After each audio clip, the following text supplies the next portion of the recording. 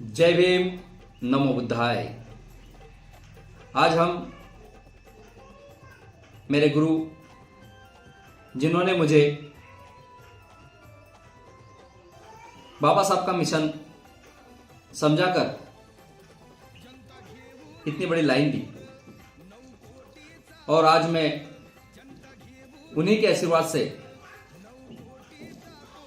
समाज में अपना समय दे रहा हूं। मुझे खुशी है कि मैं समाज के लिए तत्पर रहता हूं। जिंदगी में पैसा ही कमाना सब कुछ नहीं है। पैसा कमाना तो हमारे पूर्वजों ने बहुत सीखा, बहुत पैसा कमाया, जमीनें जायदाद दुनिया भर की होने के बावजूद भी उनके पास आज जीरो है। तो मैंने सोचा कि पैसों के पीछे दौड़ेंगे तो हम समाज को समय नहीं दे पाएंगे। इतना कुछ तो तथागत की कृपा से, बाबा साहब के आशीर्वाद से अभी हमारे पास में है कि अपनी जीविका हम आराम से चला सकते हैं। उस समय में डॉक्टर बाबा साहब अंबेडकर जी ने कैसा संघर्ष करके इस समाज को जागरूक किया, एक किया और अपने हक अधिकार दिलाए। उस समय तो कुछ भी सुविधा नहीं थी। छुआछूत, पक्षपात, जातवाद का सामना हमेशा करते रहे और हमारा को आज स्वतंत्र जिंदगी दी, सूट बूट में रहने का अधिकार दिया। ये सारी देन डॉक्टर बाबा साहब अंबेडकर जी की है। और ये सारी चीजें मुझे हमारे गुरु मान्य मीराराम ठाकरे जी द्वारा बताई गई थी। तब से मैं प्रेरित होकर इस लाइन में आया। आज हम मेरे गुरु मीराराम ठाकरे जी से बातचीत करेंगे, क्योंकि समय का पता नहीं कब कौन छोड़ के चला जाए, परंतु कुछ यादें हमारे साथ में रहे। इसलिए मैंने सोचा कि आज उनके साथ में बैठकर उनका कीमती समय लेकर मैं कुछ चर्चा करूं, उनसे कुछ और मार्गदर्शन लूं। तो दादा ये बताया मुझे कि आप ये अंबेडकर मिशन तरफ कैसे क्या आए, ये सबसे पहले बताया मुझे। जय भीम साहब, जय भीम। नमो बुद्धाय। नमो बुद्धाय। मैं हमारे गांव के लोनी के बलरामपुर पहले तहसील जी। थी और ग्राम लोनी था। जी। तो हम लोनी गांव के रहवासी हैं और मैं उस समय 20-22 साल के उम्र में था। उस समय हमारे गांव के पाऊजी तायड़े, तुकाराम नेम्बर, ये बाबा साहब के विषय को अच्छी तरह जानते थे और पाऊजी तायड़े रिपब्लिकन पार्टी के सदस्य थे। इनके द्वारा, इनके साथ रह के हमने इस काम को जाना, समझा और हम भी बाबा साहब के मिशन में काम करना शुरू कर दिया। तब से हम बाबा साहब का प्रचार प्रसार अच्छी तरह से करते हुए आ रहे हैं। और हमारे लोनी में इतना ही नहीं, हमारे जयराम मेहरे जी, इनके द्वारा बाबा साहब को, डॉक्टर भीमराव अंबेडकर जी को जिन्होंने दीक्षा दिया, वो महाथेरो गुरु चंद्रमणि थे। और फिर अपने जयराम मेहरे ने चंद्रमणि गुरु को भी लोनी में लाया हुआ था।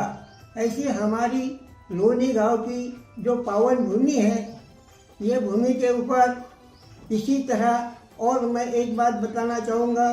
बाबा साहब के अंगरक्षक बॉडीगार्ड कड़गांव के नत्थू पहलवान, ये भी हमारे यहाँ आके अच्छा कुछ दिन समय बिताते थे बाबा साहब के पश्चात।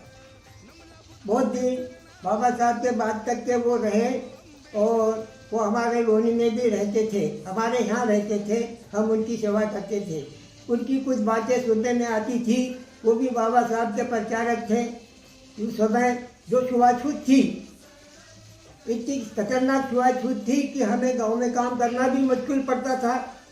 यदि हमने किसी मनुवादी के दाढ़ी को हाथ लगा दिया तो हमको मार पीटते थे, हमको हकालते थे। क्यों कि वो उनको रिटायर होता था।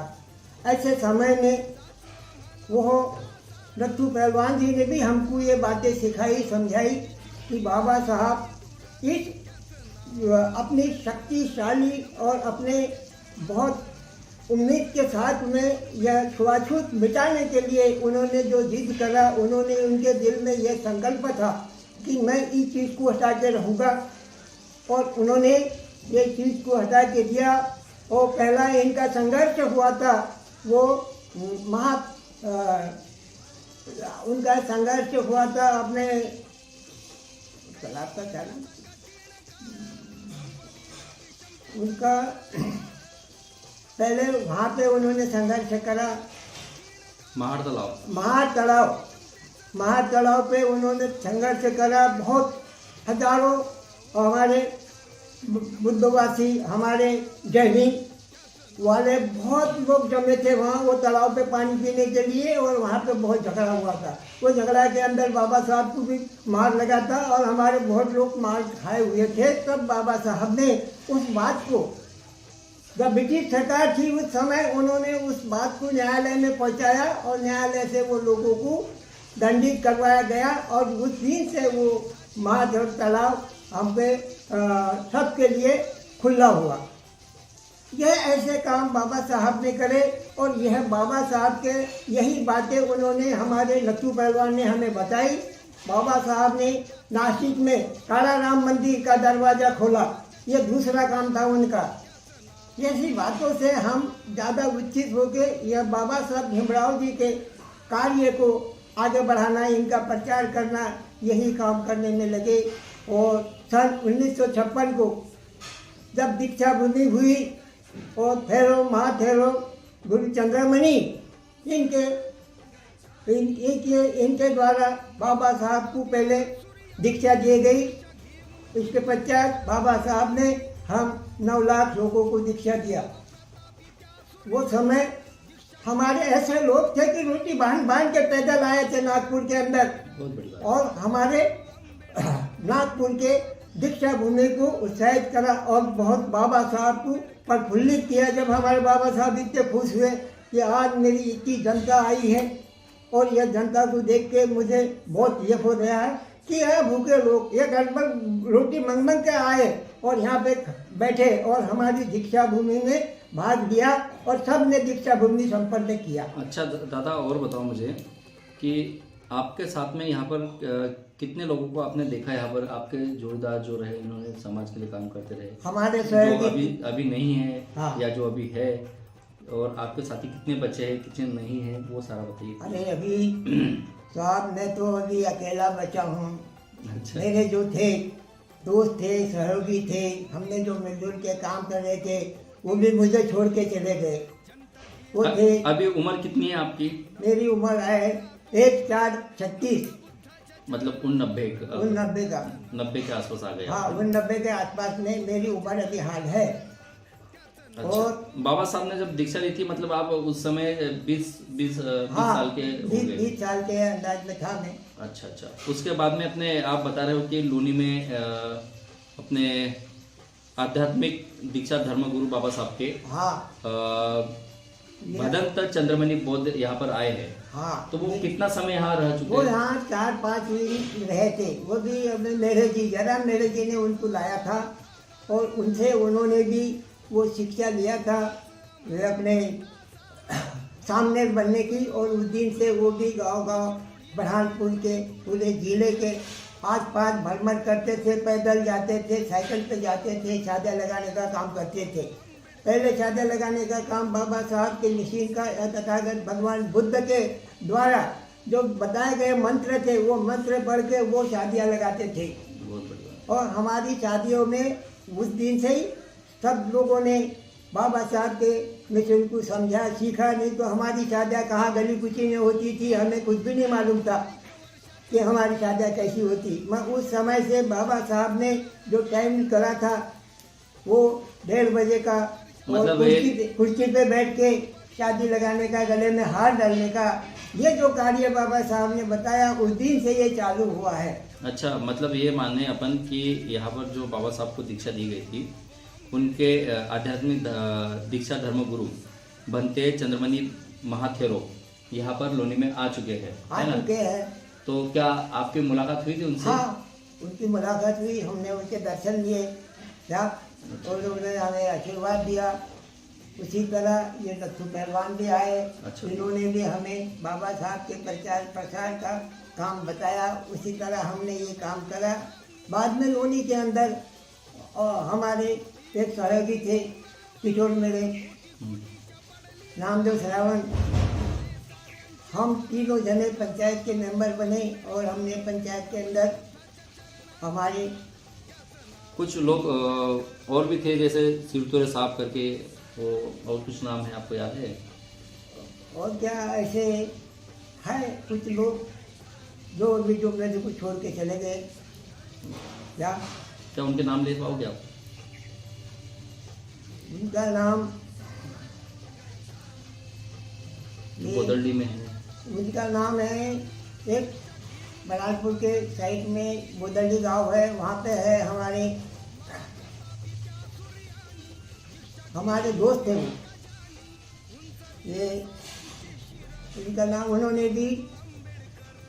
ठीक है, कोई दिक्कत नहीं। हाँ, हमारे बड़ी खुशी की बात यह है कि आज हमारे को बहुत बड़ी जानकारी मिली है कि यहाँ पर डॉक्टर बाबा साहब अम्बेडकर जी को दीक्षा देने वाले